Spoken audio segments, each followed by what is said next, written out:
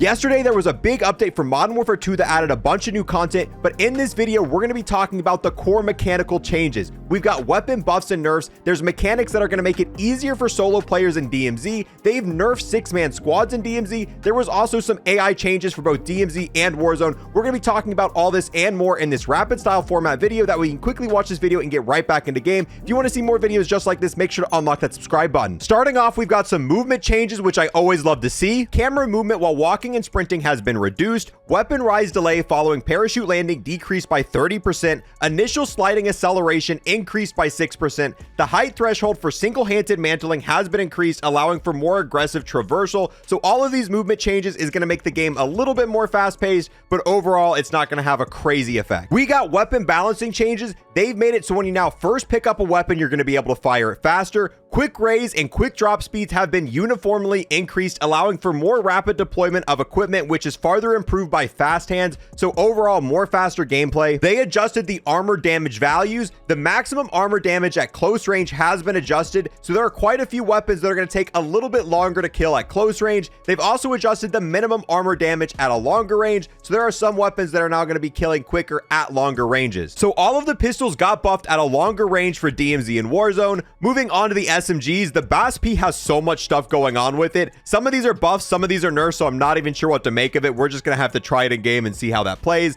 The Lockman sub got a buff for longer ranges when using it in burst fire. The Mini Bach also got that same buff. Same thing with the MX9. However, these are in the full auto modes, not the burst fire modes.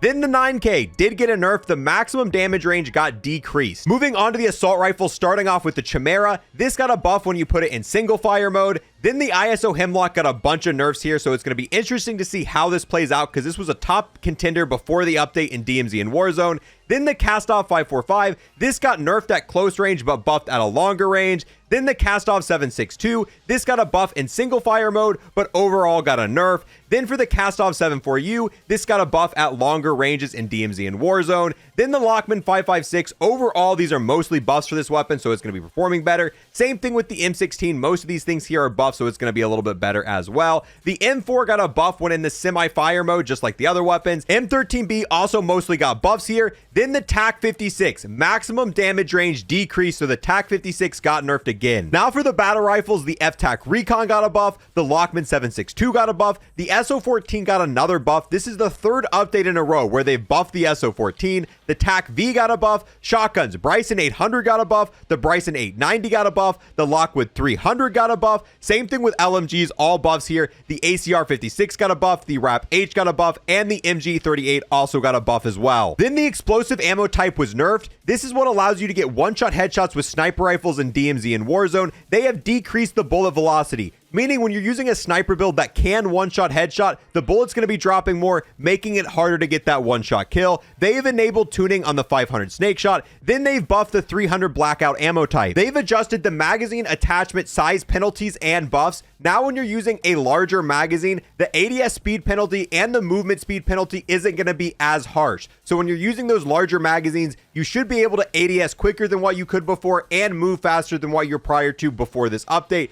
The small magazines also got a buff as well. You're going to be able to ADS quicker, move quicker, and sprint to fire quicker now with the smaller magazine than what you could prior to this update. We've got some global bug fixes. They fixed an issue that allowed you to put multiple attachments of the same type on a weapon. If you saw someone running around with a weapon with no barrel or just a completely bugged out weapon, this is what caused it. That has now been fixed. They fixed an issue that prevented death effects from working in DMZ and co-op modes. Sometimes when we'd review bundles, the death effects just would not work in co-op modes or DMZ. That has been fixed. They fixed multiple issues with penetration for the FJX Imperium and the XPX 800. There was also an issue with this sight here that's been fixed. Next, we've got some Warzone gameplay changes. They have nerfed the UAV. UAVs are now only going to be for the player who calls them in. So if your teammate calls in a UAV, you are not going to see those red dot pings on your map anymore. You're going to have to rely on them to call them out for you. However, using 3 UAVs will still upgrade the signal to an advanced UAV, and UAVs are now going to be available in all buy stations in Warzone. The mortar strike got a nerf.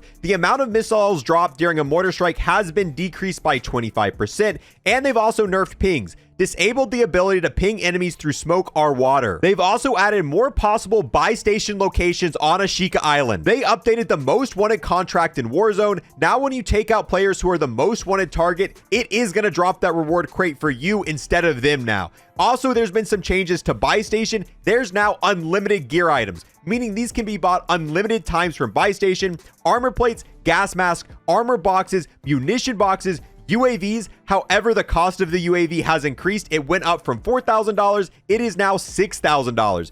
Mortar strikes, precision strikes, and loadout markers. There's also now limited gear items. There's only going to be 2 of these: counter UAVs, cluster mines, self revives, and durable gas masks. They have nerfed the AI for Battle Royale. This doesn't affect DMZ. This is just for Battle Royale. So in Strongholds, the AIs are no longer going to have armor plates. They're going to have reduced accuracy by approximately 27%. They are only going to be able to have the cast off 7.62, and the only equipment items they're going to have are the frag grenade, the Simtex, and the gas grenades. So if you don't like AI in Warzone, they've been pretty nerfed in this update. Now finally, for the DMZ changes that came with this update, and I'm not talking about the brand new map and the new items. We've talked about that in a previous blog post. I'm talking about the stuff we didn't know about before. They've added a UI representation of your dog tag level. So now when you're in game, you're going to be able to tell what type of dog tags you have on you. Added a new guarantee buy station in workbench locations to the black market buildings in larger POIs. So now there's going to be guaranteed buy stations and workbenches in the more populated area. Adjusted enemy combat spawns in their pathing through Al Mazrah. So the bots have been changed a little bit. Who knows if this is going to be a good or a bad thing overall.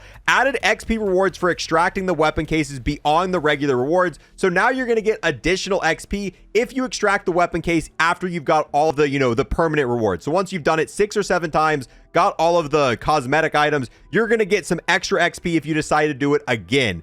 Give the Armored Commander on Al Mazrah a chance to carry the weapon case. So yes, the Armored Commander, which is the Juggernaut, can now drop the weapon case, which was how it was when the game launched. I'm not sure why they removed the ability for the Juggernaut to have the weapon case. Remove the ability to execute the Bomb Maker and Pyro Commanders. I never did that, but that would have been hilarious. This next one's a big one. Added an Overlord voice call out for large squads for all players. What this is meant to nerf 4 to 6 man squads. So if you're in an area and there's another squad that's larger than 3 players, it is going to let you know you don't need a comms vest for this. So if you're playing, solo, or you're playing with a squad of 3 and you're playing with your friends, and you go to an area where there's a 6-man squad, it is now going to tell you with voices. It's going to be like, hey, there's a big squad in your area, to let you know, hey, be prepared to fight if you want to try to take down this 6-man or to go the other direction. I've seen a lot of people complaining about 6-man squads in DMZ, because if you're a solo player and you go up against a 6-man squad, yes, it is possible to take down a 6-man squad as a solo player, but it's not very likely. Most of the time, if you go up against a 6-man squad as a solo player, you're going to get absolutely destroyed. This is going to give you a heads up. So if you are a solo player wanting to avoid these 4 to 6-man squads, you're now going to know, even without any sort of special vest. So as soon as you hear it, like, hey, there's a large squad in your area, you might want to book it in the other direction. This next change is another big one for solo DMZ players. Solos and the last player eliminated on a squad will now have time to plead for help before being eliminated. Prior to this update, if you only had 1 person on your squad and you died, you couldn't plead for help. Same thing, as soon as your entire team was eliminated, the option to plead for help would go away, which I thought was the entire reason they brought the plead for help into the game, was to help solo players to join other squads. But no, it just didn't work if you were a solo player. But after this update, if you're playing solo and a team wipes you, you can now plead for help. Obviously, that doesn't mean they're going to accept your plea, but it's an additional chance that you didn't have prior to this update. I am really glad that they're starting to make a couple changes here and there to help out solo players. This, combined with the new warning of big squads in your areas, should definitely help you survive more games as a solo player than what you were prior to this. They updated the out-of-game UI for the secure backpack to make it easier to see what in-game items you have in it. They also added new DMZ challenges for Koshkai Complex. What they mean by this are the weapon case rewards. There's 6 new weapon case rewards you can get. Next, we have bug fixes. Fixed an issue that prevented players from entering Building 21 if they didn't own the full game of Modern Warfare 2. This is a massive issue that took them a long time to fix. Since the launch of Season 3, there's a lot of people who couldn't enter Building 21 because they didn't own the full game of Modern Warfare 2, and it just took them like a month to fix this, which really sucks if you didn't own that, because there's a lot of missions that are based around Building 21, and your progress just kind of stalled waiting for this update to happen. but it has now been fixed. If you were unable to enter Building 21 because you didn't have MP DLC pack installed,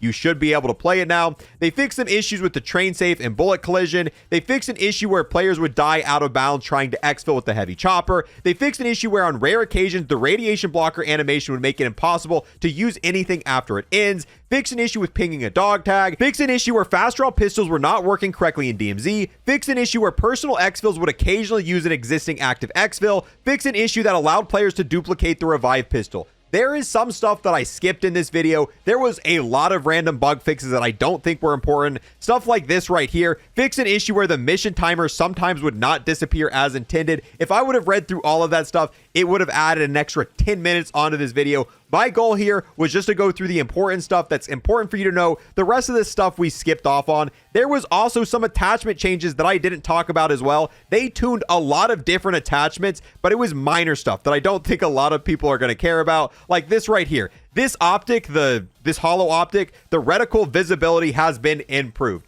That is one of the things that I skipped. I skipped a lot of other attachment stuff. If you really want to see all of the fine details that I missed out on, I will leave this link below. But keep in mind, this is a massive blog post. This is all of the stuff on this blog post, and we pretty much shortened it up. Only talked about the important stuff you want to know. If you want to see more videos like this in the future where we go through this and make sure you can get all the important information in a quick rapid style video, make sure to unlock that subscribe button. Thank you guys for watching. I'll see you guys in the next one. Peace.